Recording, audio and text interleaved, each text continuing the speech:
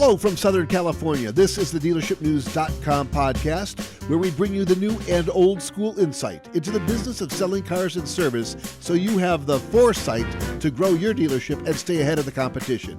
I'm Kelly Kleinman, and here is our show. Kelly Kleinman here. Today we have with us Chris Sondesky, the managing partner at BDC Pros. He has over a decade of experience in the digital side of car selling and buying, and has worked with more vendors than the Cleveland Browns have worked with quarterbacks. He's one of our featured vloggers for 2020, and he's with me here and now. Chris, welcome to Dealership News. Thank you so much for having me, Kelly. I really appreciate you taking the time out here on this Friday. So some of what you do at BDC Pros is to fix problems and find solutions. Mm-hmm. I'm just curious as what your checklist looks like when a dealership or dealership group engages you. So the checklist starts in a couple of places. Really, it has to be about the consumer experience. So the first place that we always look is what the consumer experience is like on a consumer-facing side. So we get people that don't necessarily work directly in the day-to-day with us. We get them to shop as consumers for the dealer. So we take it from an outside perspective of a bit of a mystery shop to see what the experience is like for the customer. Are the tools and widgets on the website giving accurate information? Are they consistent? Is there pricing disparity in different places? How do the photos look? How do the photos present? Are there window stickers? Are there easy paths of conversion for that dealer? We find so many times that a dealer puts all these resources into the marketing and advertising and website conversion, and we don't even know if we're capitalizing on it from a conversion basis. So first, that's really step number one. Interesting. Where are dealerships dropping the ball most frequently? Is it in training, equity mining, hiring the wrong BDC personnel, vendors? Yeah, I'm going to elect to take an E on that one for all of the above. Mm-hmm.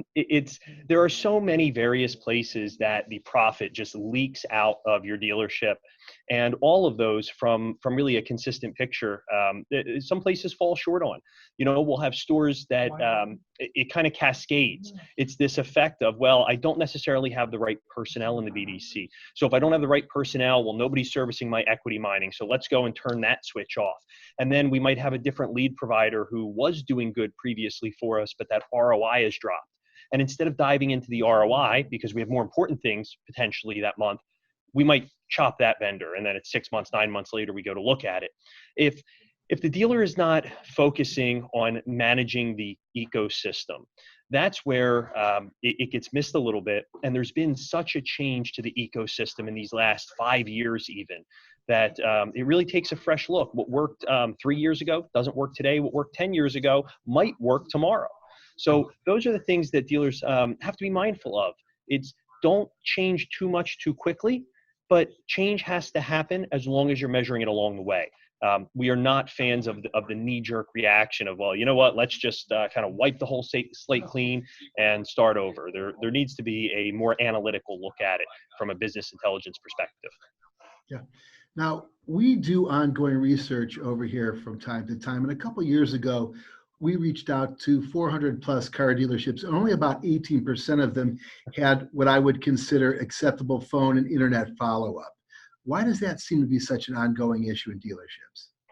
It's because dealers forgot what we're so good at. We are great at selling cars. For over 100 years, we have been selling and servicing and marketing and advertising these cars and doing so with the general public. Things changed a little bit. The consumer was able to get information without coming into the store. And that dynamically changed the game that we were in. Only 18% you considered acceptable. Yeah. We aren't even finding the number that high nowadays. Mm. So in the last 4 or 5 years, I shouldn't say 4 or 5, it'll be 5 in March, since I walked out of a dealership as a retail employee for the last time and now do it from this side. We have shopped over 500 stores across the country, and we audit those on a 7-day lead response basis. I'm lucky if we find 1 in 12 or 1 in 15 that actually are sufficient. And so that would be 6 to 8% are acceptable in our ecosystem. Why is that such an issue? I think it comes from a little bit of the unknown. There's a lot of snake oil There's a lot of folks in this space who many are terrific, have really great storied retail backgrounds, and have built awesome businesses by helping dealers help their customers buy cars. Unfortunately, there's a lot of insight from folks that don't have that dealership experience, that haven't done the time in rank or time in retail to really have an understanding. So, when you have folks who haven't been in those seats in a dealership, haven't been a used car manager or a general manager or involved in operations or marketing or advertising, they might not know all the pieces of the formula that goes into it, and therefore it doesn't get the attention it needs. And then with all the buy sells that have been happening, we have seen so much turnover from a store ownership basis in these last few years that many times folks will come in and they kind of want to start with a clean slate. They want to put in their processes, and sometimes things like the training get left behind. So for a dealer to really focus and measure it, they have to have their own ecosystem. We get asked about benchmarks all the time, and the only benchmark that matters is the one for your dealership, is for your financial statement. Because what works here in Philadelphia might not work out there on the West Coast, might not work down south, but there's pockets, and all the dealers, all of us in this business, face the same challenges. It's just the suite of solutions that goes into making them better. Well, you practice what you preach. Tell us about your experience and the base of knowledge that you bring to a BDC. Sure, and I appreciate that, Kelly. Thank you. So my career started when I was a teenager. I was 14 or 15 years old. I had a friend that worked at a buy here, pay here car lot. And I'm like, wow, I look around, I'm like, you guys get to play with cars all day? Like, that's just your job? You just get in new cars like a couple times a week and drive them around and sell them and clean them. And this is great. So back in 2001, I spent a lot of time with wholesalers and used car stores here in the Philadelphia market, and kind of learned that part of it. So I learned kind of that gritty street gravel lot kind of piece, and then progressed to the new car store and went through the ranks. I was a salesperson, sales manager. I've done F&I, although I'm not remotely good at it. And candidly, I'm not good at it because I've never had great training. And then I kind of learned the internet piece, because back then in 99, 2001, we could sell a lot of cars on eBay. I was an eBay Motors dealer assistant back then, and listing 50 cars a week on eBay, and we'd sell half of them. That was back when you could actually make gross on eBay with some unique cars. So I always looked for a new challenge. Had a GSM challenge that was terrific, working at a Suzuki store, and then became a GM at a used car store. And my last gig in retail was as a group BDC and marketing director, where we had a $5 million a year ad budget, a BDC that produced $1.3 million a month in gross profit with barely a dozen reps. And we learned the efficiency of that machine. So for us, because in my role at that store, I had to be accountable for the marketing and advertising, we learned how to really gain the ROI out of our leads. Who's contactable? Who's sending us valid leads? If I have a lead provider sending me 100 leads and I could never talk to more than 40 or 50 of them, what is the quality of those leads about? And that was something that we got really refined on. And out of that, we built a very efficient tracking ecosystem. And that built a really strong department. To this day, I've been out of that dealership 4.5 years. To this day, 70% of their staff are people that I hired and trained to work at that store. And they do a tremendous job. I was going to say that's an amazing retention rate, considering 70% is the exit. Yeah. Yeah. So when I left the store, I went to a training company for a short time, found that wasn't necessarily a right fit for me, and then went with two really large agencies, both of whom do terrific work. And that got me national exposure to see other stores and how they run. And that a lot of the problems we solved were things that happen at stores across the country. So having the ability to impact so many lives at so many different stores was awesome. And it taught me a lot about the similarity of challenges from store to store and market to market. Both of those organizations gave me an opportunity to build my own business unit, follow my dreams, do what I love. And this sounds weird, but here I am doing what I love, running an offsite BDC that we're based here in Philadelphia. And our team does a tremendous job at a very efficient level. That it's not about replacing what's in place at a dealership. It's about making it better. Yeah.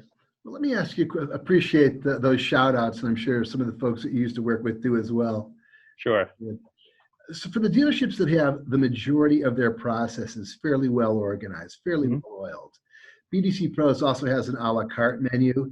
and that includes CRM analysis, which can actually be fairly complicated. Sure. Give me some examples on what those analyses look like. Sure. So diving into things like CRM analysis, I mean, this is one of those things like iron sharpens iron.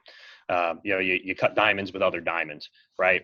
So jumping into a CRM analysis is really focused around seeing what the dealer measures. So many times I sit down with a dealer and they'll print a report from their CRM and they'll say, help me understand this. Or they'll say, my 20 group does it this way. Or another GM in my group does it this way. And we'll dissect some of those numbers. I'll take a CRM like in eLeads, for instance, you use the traffic management report or the new traffic management report, which look damn near identical, but there's some caveats to how they calculate. So, staying consistent. And we look in those for some of the proportionate things that happen in a dealership. What's your walk-in traffic proportionate to your phone and internet traffic? Are you getting enough traffic from your internet leads to say, hey, we need to do something different here? Or, and this happens quite frequently, we kind of have to help with a bit of the facts of life and say, Mr. Dealer, you're doing a great job here. It's the outside noise that tells you that you're not, because people want to run around and say that they have 20% closing ratios and 25% closing ratios. Then we find that they're looking at only valid leads or contactable leads. Right. So it's about a level set for the dealership. When we're looking at a CRM analysis, we want to look at things like the volume of leads that come in. How many of those are we contacting? How many contact attempts are we making? If we are speaking to people and not setting appointments, what is the process that we're doing there to have a backstop to make sure we measure it? You'll see we have a whole bunch of screens up here. Yeah. The two down bottom, we had to take off because there's some of our internal software that runs on those. I'm sorry I couldn't share those. But up top are ones that we've done dealer facing, where there's a scoreboard and all of that comes from the CRM. And the other one's a tracking board for things like unsold surveys, for escalation. So if a rep talks to a customer, can't get them appointed for today or tomorrow, is there a mechanism to make sure there's a manager on the phone with that customer right away? So we deploy custom apps for dealerships, and you get push notifications to the managers and can handle TOs that way. So it's about an efficient ecosystem. Yeah, interesting. Thanks for that answer. Now, we used you to help us start setting up our review section. You've worked with a lot of vendors. Yeah. A lot of times guys don't want to tell me who some of the less qualified vendors are. So I'm not going to make you yet. Thanks. Not in this interview, but give me an idea of some of the vendors that you've worked with in the past that have it locked down pretty good in your estimation. So there's a number of them out there, and I feel terrible because I know I'm going to miss some guys in going through this. The agency I first went with when I left retail, CF Search Marketing, based out of Deerfield Beach, Christina, Laura, Jason there, Pierre, they run a terrific shop. It's really, really refreshing to come across an agency that actually cares about the dealership and cares about how well things are performing, and they're just not worried about their cut of spend, because that can be a challenge sometimes. Folks like Sean Kieran with CRM Backstop, which is a terrific product. It is absolutely accelerated some of our efficiency, probably one of the biggest secrets in the business. Yeah, it is. I've never heard of them. So there are vendors there. There are some digital retailing vendors we've worked with, Roadster, for instance. Roadster's a tech company.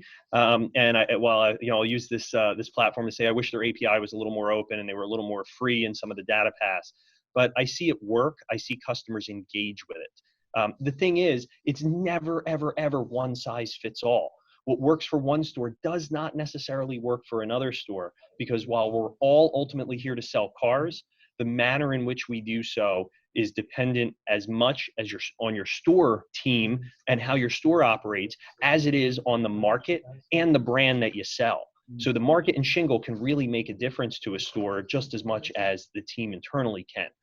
So those guys do an awesome job. Car Now for Chat has been terrific. On the third-party listing side, everybody goes, well, who's the best? Who's this? Who's that? It first comes down to your inventory marketing.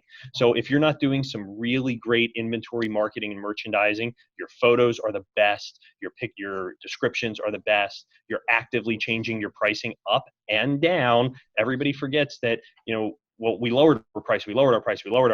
Raise your price once in a while. It triggers the same price alert to your consumer that lowering the price does, right? Yeah. They do a great job. Car Gurus have some great colleagues there. I've used their services when they first came out. Were one of the best providers that we use. And TrueCar, I mean, they get a bad rap sometimes, but I don't understand where. So I might not necessarily agree with some of the marketing tactics. I don't like seeing them on Jeopardy when they're on the lot and say, hey, get on our website and make sure you're getting a good deal. That to me is showrooming a little bit. But as a generation tool, as a service for the consumer experience, all of those tools serve the consumer more than they serve the dealer. So as dealers, if we can get out of our own way, it took our strong egos and the strength of what we've done over our years of developing our careers and learning our markets and just, being the car guys, that we have to really keep in mind that now it's so much more focused to the consumer. We have to give that consumer a great experience from Jump Street, and that's even before the conversion. And if we're not doing it, if we're doing it with tools that our OEM tells us that we have to have, which we don't, that's just a measure of where we're going to co-op it, you can get more value sometimes outside of some of those programs. So I caution dealers be mindful of what's on a co-op list just because the manufacturer says it's co-op, and focus on giving your consumer the best possible experience from the time your first piece of marketing hits them. Not from the time they hit your website, not from the time they walk in the store, but from the time your first message hits them. Be honest, be consistent, and deliver what the consumer is making you deliver, because that will provide you the opportunity to earn their business and earn the profit that you believe you should earn. Chris, I appreciate your insights. Thank you, Kelly. I appreciate your time today. This has been absolutely terrific. Yeah, I'm really looking forward to 2020 and having you on as one of our featured bloggers. I think you're going to bring a lot of really good, very good, interesting information to the dealership body out there, and I can hardly wait to see. Well, thanks so much for the time, Kelly. I really appreciate this, appreciate the platform. I wish you and Dealership News all the best for 2020. You guys have tremendous things ahead of you, and I'm very, very excited for what's next. You're hired. I'm in. Chris Sondesky, BDC Pros. Chris will be in touch shortly. Look forward to it. Thank you, Kelly. Take care. Be good. Bye-bye.